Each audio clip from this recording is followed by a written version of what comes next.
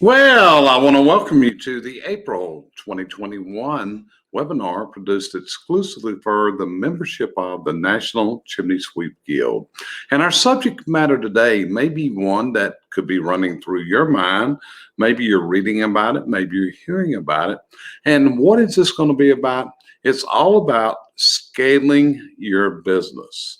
And we often hear this about the word scaling your business. But as we go into the subject matter of scaling your business, this is a decision that every business manager of a business should be aware of. What's involved in scaling a business, and if scaling is the right choice for you. One of the things that I would encourage you to do if you're considering scaling, or even if you're not, is painting a picture of what your business will look like in 3 years from now. 5 years from now, 10 years from now, even 20 years from now. What is your hope with your business, and what do you want it to grow it to be? Is your desire to be a business that's just you? Or maybe you want 2 to 3 trucks running under you. Maybe you want 5 trucks. Maybe you want 20 trucks. But the picture you're painting needs to be a description of what fits you, what fits your personality, your behavior pattern, and your dreams. Are there advantages of scaling? You better believe it. There are definitely advantages. Are there disadvantages? Yes, there are disadvantages. You want to be very aware of these because there's actually many advantages to not scaling because it doesn't fit your behavior pattern. But again, what you've got to do is decide, what do you want, not what other people tell you should have. And the first thing you got to consider if you're going to be scaling your business is, what is the size of the market that you have? In other words, how big of a business can your market support? And will you need to go out beyond where you're presently servicing it? That's what you've got to do. You've got to be able to scale your business that mates with the size of the market to see if you're where it works. You've got to have a market that's going to support the business. In order to scale, you need to learn about systems. And one of the most intriguing guys on systems that many people have followed is a gentleman by the name of Michael Gerber. And Michael actually wrote a book by the name of The E-Myth, and again, The E-Myth Revisited. I had the honor and the pleasure to have breakfast and to meet Michael several years ago when I was one of the people that sponsored him to come and be the keynote speaker at the National Chimney Sweep Guild Convention. And as a group, we were able to have breakfast with Michael and ask him personal questions one-on-one. And what does Michael teach? He teaches about the replicatable business system. He teaches about SOPs, standard operating procedures. And meeting Michael had a definite effect on my business and my professional life some years ago when I met him. Another book that I tell people to look at is a book by the name of Traction, and that is authored by a guy. His name is Gino Wickman. And if you go in and read Traction, he's going to establish with you in the book how you need to be looking at rocks, ROCS, rocks, because these are short-term goals that Gino Wickman advises that people should be looking at. Okay, and other things that Mr. Wickman does in his book, he talks about something called visionaries. He talks about integrators, who what I like to call, implementers, and people in the right seat. And often we have people in the wrong seat. And as you grow, you've got to make sure that the seats you put people into, that they are fitting those seats that they're assigned to. If you're planning to scale, you've also got to look again at what will your market support. And one of the guys that I would tell you to look at is a guy that's very interesting, and his name is Tommy Mello. And Tommy operates a business by the name of A1 Garage Doors. And is Tommy on the move to scale? You better believe he is.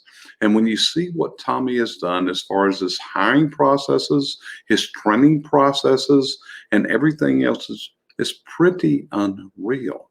because Tommy has developed a world-class training center there in Phoenix, Arizona that he brings his people into because right now he's in over 15 states and he has desires to grow exponentially. So if scaling is something you're interested in, I suggest that you search out Tommy Mello on social media and listen to his Home Service Contractor podcast. And he's got a book by the name of The Home Service Millionaire. Look at it. The next is the marketing you're going to have to do to scale and the capacity it's going to take to meet up with your marketing. In other words, you don't want to overmarket past what your capacity is.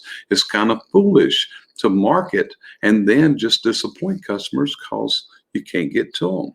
You've got to figure out what your funding is going to be, because one of the things you got to be aware of is economies go up and down. Right now we're in a bull market, but you don't want to make a rash decision based on a temporary situation, because if you look at the history of economics in the United States, it fluctuates. It goes up, it goes down. So you got to be aware of that. Then you've got to maintain your office staff to support the field staff. And then you've got to have management and different managers to control the different aspects of the business that you're going to scale to. You're going to have to learn about numbers, and you've got to learn about budgets and setting budgets and tracking and measuring your income as far as where's it coming from? What's the cost of lead? All those types of things.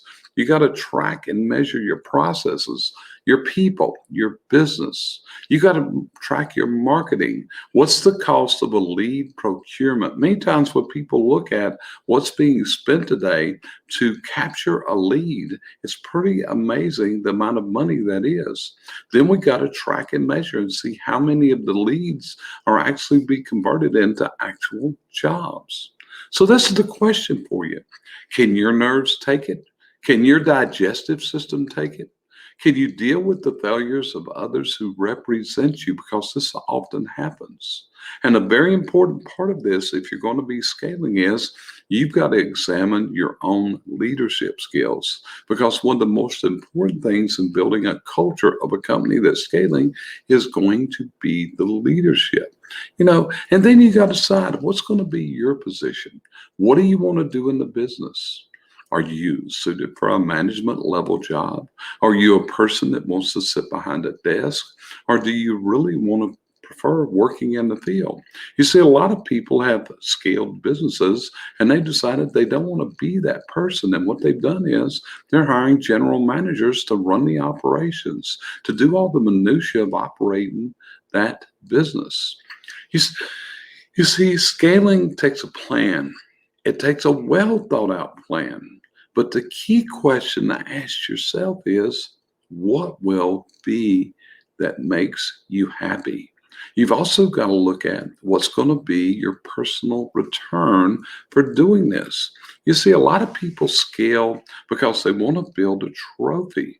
That's what their desires is. It's all about the gross. But the really important side of business is what's your annual return in your yield. Trophies many times do not deliver a return other than the self-satisfaction or possibly bragging rights. So you want to make sure what's there. So again, what's your overriding key question? What will be your happy place?